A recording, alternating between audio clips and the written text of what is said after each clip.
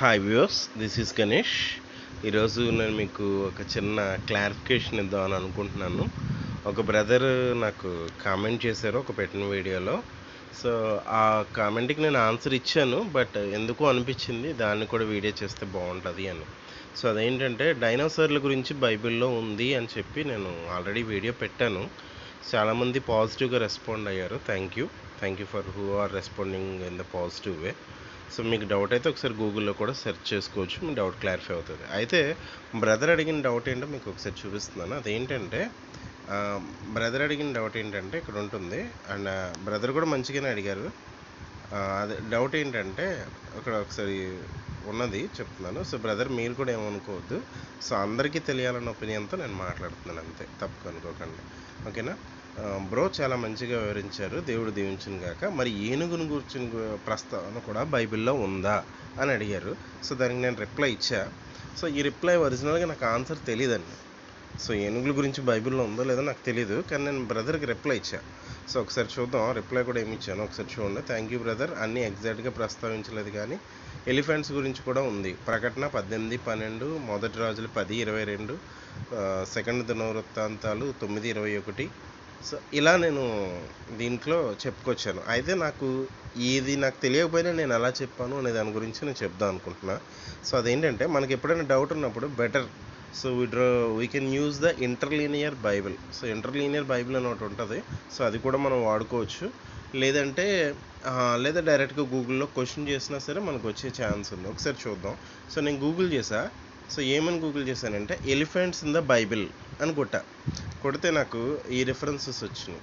So అదేంటంటే revolution 18:12, మొదటి రాజులు 10:22, సెకండ్ క్రానికల్స్ 9:21, ఓకేనా. సో ఇక్కడ ఏమని ఇచ్చారంటే elephants symbolise the God's power and wisdom, their ivory tusks అని ఇచ్చాడు కదా. అంటే ఇక్కడ మనకి ఇంగ్లీష్ బైబిల్లో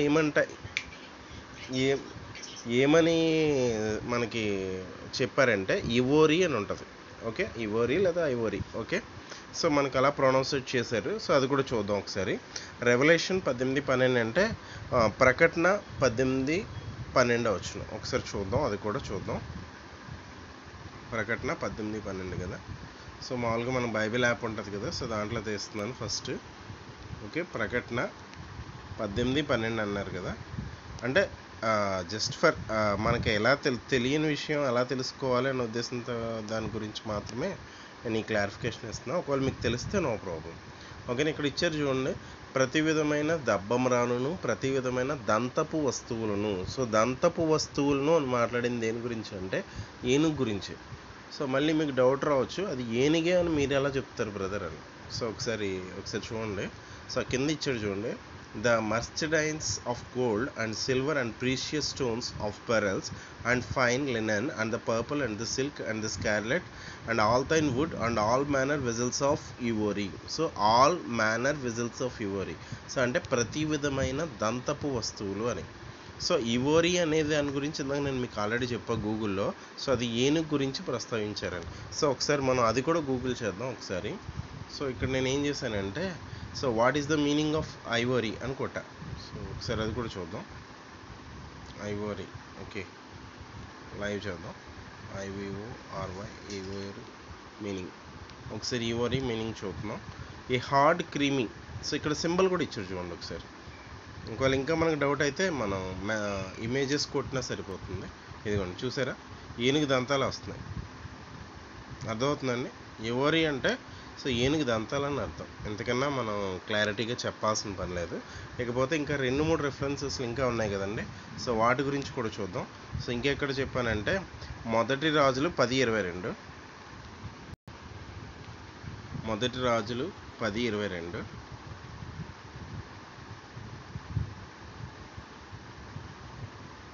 మొదటి రాజులు 10వ అధ్యాయం 22వ వచనం, ఓకే. ఇక్కడ కూడా మీకు ఉంటుంది చూడండి ఒకసారి. ఒక మారు బంగారమును వెండిని దంతమును అని రాశాడు చూడండి, కోతులను నెమలి పెట్టెలను తీసుకుని వచ్చుచుండెను.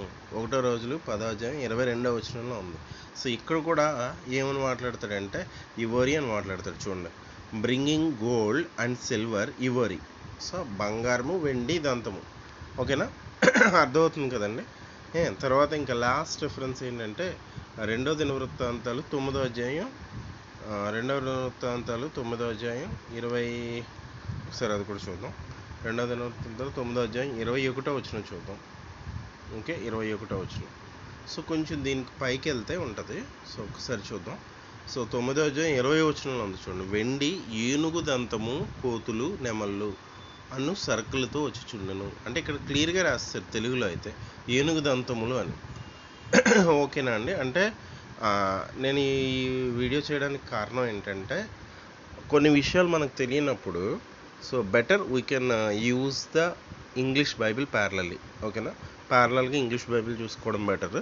ఒకవేళ మనకి తెలియట్లా సో డైరెక్ట్గా రెఫరెన్స్ కావాలి అనుకుంటే బైబిల్లో దేన్నైనా సెర్చ్ చేసేయచ్చు అని చెప్పి నేను ఒక వీడియో పెట్టాను. సో దాన్ని కూడా మీకు లింక్ పెడతాను ఒకసారి డిస్క్రిప్షన్లో.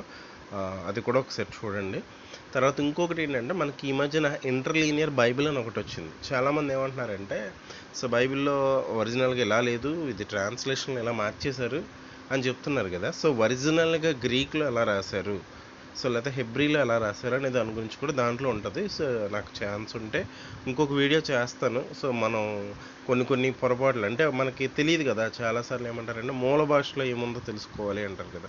సో అలాంటి దాన్ని కూడా మనం చూసుకోవచ్చు. ఇంటర్లీనియర్ బైబిల్ అన్న దాన్ని కూడా వాడచ్చు. సో బ్రదర్ డౌట్ అడిగినప్పుడు నేను రిప్లై ఇచ్చాను, కానీ సో చాలామందికి బహుశా నేను ఇచ్చే రిప్లై యూజ్ అవుతుందేమో అని నా ఒపీనియన్. సో అందుకనే మళ్ళీ దీన్ని వీడియో చేశాను. So thank you for hearing me this clarification of this doubt. Okay, so నాకు అన్నీ తెలుసుకున్నవి మాత్రమే చెప్తున్నాను.